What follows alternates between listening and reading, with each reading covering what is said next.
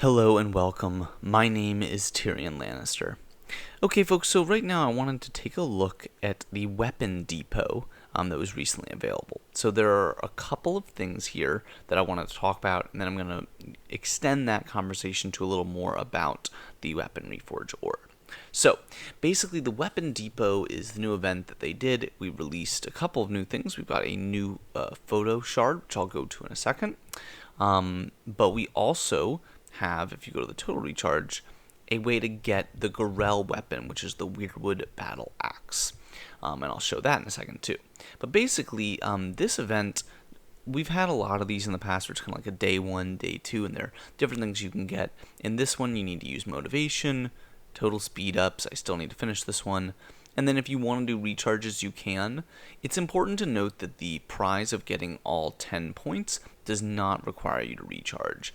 This is 3 and 2, and then on day 3 we got 3 more with the Weirwood Tree Trials, and then 2 more with the Diamonds. So you can get all 10 without doing any recharging. That's totally, like, if you want to. These are definitely very good rewards. This kind of strikes me as just what a normal kind of recharge event would be, where just doing a minimal recharge, you get something pretty good, and then the more you do, kind of the better stuff that you're going to get. You do get some of the fine arrows, and those are arrows that go with the current event going on, the archery contest. This is one that we've had before as well, so I'm not going to go into it too much, but basically it's another one where you get a chance at the Oathkeeper, which is Jaime's weapon, the Dance of Water, which I believe is Sinara, or the Spirit Bearer, which is Layla Mormont. And the main weapon random one that you get, where you actually just get to choose one of them, which is obviously the big prize. Unfortunately, that's the one where it's random, and you need to do all 300 to just get to choose it. So 300, definitely not going to be easy to get. They did add in these fragments. I think they're really into the whole fragment idea. I think that that's kind of their way of grinding out these, which is going to take a while since, you need 100 fragments to build a weapon. But just for context, these cost 8,000 diamonds each, or 40 black diamonds. So when in this shop, it's offering you, I believe it was 2 and then 5. So that's basically, if you were going to pay for them, that's basically 80 black diamonds or 8,000 blue diamonds. Pick your poison.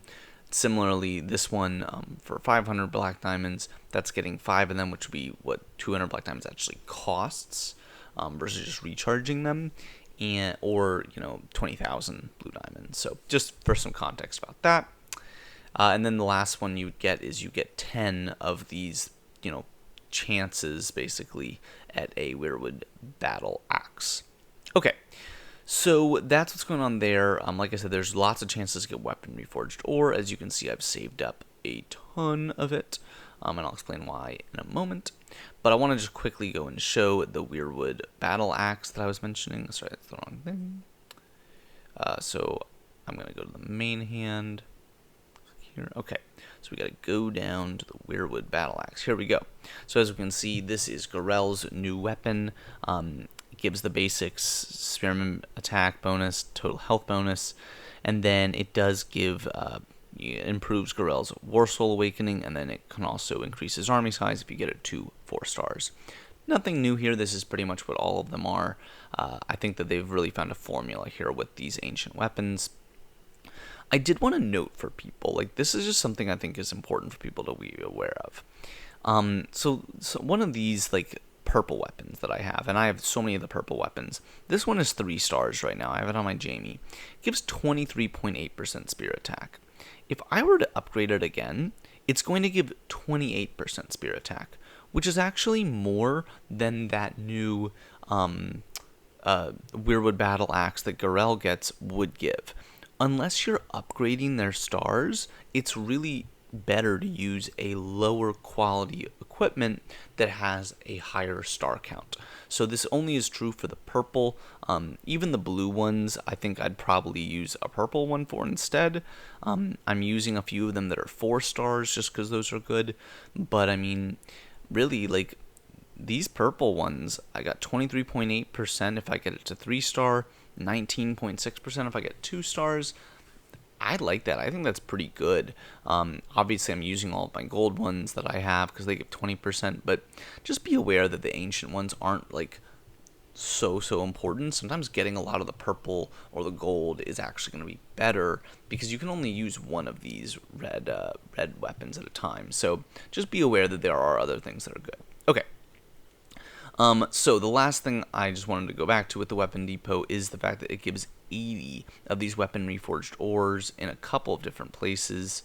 And why am I talking about that? Because as you can see, I have saved up a ton of the weapon reforged ore, and that's because I wanted to do this with you guys. I have saved up a lot. I also spent a little bit so that I was able to get a very special thing, and that is the locking ore. So as you can see, I have 20 locking ores, and I spent a lot of time thinking about what it was that I wanted to lock down. And I really think that it's probably going to be what I was just highlighting, that is my Enzo weapon.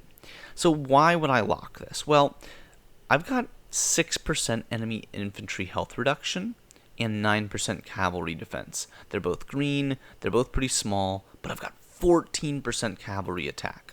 So the problem is that if I roll, I'll just show this real quick. Look, I mean, I got 21% cavalry defense, 12% cavalry health, and 2.25% total defense. I don't really care for that, but 21% cavalry defense I'd love to take. But I don't want to lose my 14% cav attack. But what I'm going to do is I'm going to go here, I'm going to go ahead and lock it. So it costs me 10, but it will not be randomized, and this can be unlocked, but I won't return them. So I'm keeping this. I cannot lose my 14% cavalry attack. I'm going to go ahead and do it. So as you can see, it is now locked in. Okay, that's the only one there. So now, when I go to Reforge, I have, look at that! I now have cavalry health and reduced spearman attack. Well, of course I'm going to take that. That's way better. Save it and replace. Let's do it.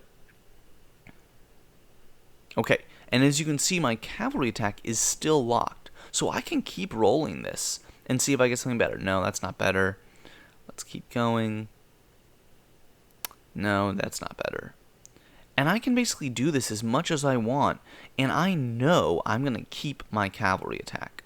So maybe I look at this and I'm like, yeah, this is a close call. Reduce enemy spearmen versus allied cavalry damage. I really like that because in case I get countered, that's going to reduce how much damage I'm going to take. I like increasing my cavalry health. Reducing the enemy bowman versus allied cavalry is also really good, though, and it's actually twice as much. Or not twice as much, sorry, it's about 8% more, but that actually is a pretty considerable amount. It's a close call. I'm going to go ahead and leave it. I just like having the cavalry health, but again, I can keep going, and I'm going to keep that cavalry attack. So this is such a huge bonus for me. Okay, there we go. Okay, I got a max total defense and 15% cavalry defense of health. We're going to go ahead and keep that. That's pretty good, getting a max total defense. So, again, I can keep going, and I have, oh, wow. Total attack. I mean, those are good results too. Dang. I don't know. I'm pretty torn there. Those are both pretty good results. I'm going to go ahead and leave it, and I'll come back to it and think about it if I want to change it or not. But I just wanted to show you guys the power of that locking ore, and I've saved this up because I want to be able to just grind through it a bunch until I get exactly whatever it is I want. But I want to lock in whatever that really good thing is that I want to make sure that I don't lose it. So, for some of these others, this is maxed. I'm probably going to lock in this cavalry attack here too. It's only 4 now, and that's a lot better. But, I know that I want that cavalry attack at max. I can't do any better than that. So let's go ahead and do that too, and I'll show this. Let's see if I can roll this a little bit. No, good. Yeah, I know. Let's go ahead and just do not show. Okay, now I've got max cavalry attack and max cavalry defense. I've got some enemy reduction. Let's go ahead and keep that.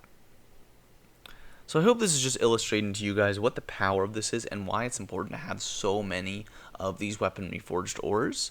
If I look at one like this is not good at all. I'm just going to go ahead and reforge this a few times. Look at that, already got a max enemy infantry health. This is just reducing pretty much everything. Definitely a lot better.